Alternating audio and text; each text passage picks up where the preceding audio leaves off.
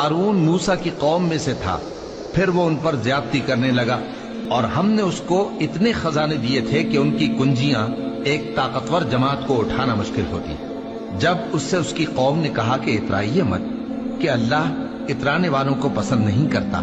اور جو مال تم کو اللہ نے عطا فرمایا ہے اس سے آخرت کی بھلائی طلب کیجیے اور دنیا سے اپنا حصہ نہ بھلائیے، اور جیسی اللہ نے تم سے بھلائی کی ہے ویسی تم بھی لوگوں سے بھلائی کرو، اور ملک میں طالب فساد نہ ہو، کیونکہ اللہ فساد کرنے والوں کو دوست نہیں رکھتا۔ وہ بولا کہ یہ مال مجھے میرے ایک ہنر کے سبب ملا ہے۔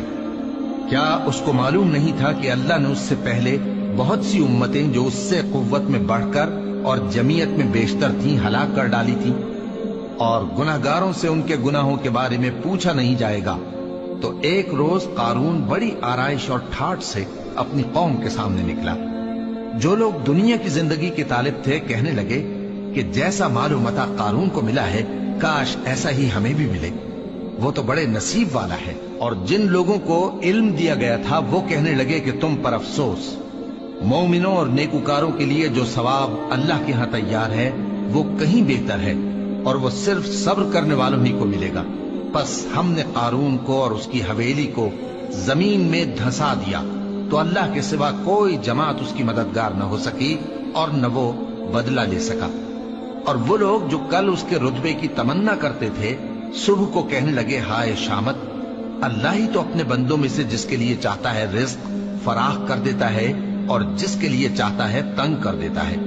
اگر اللہ ہم پر احسان نہ کرتا تو ہمیں بھی دھسا دیتا۔ ہائے خرابی،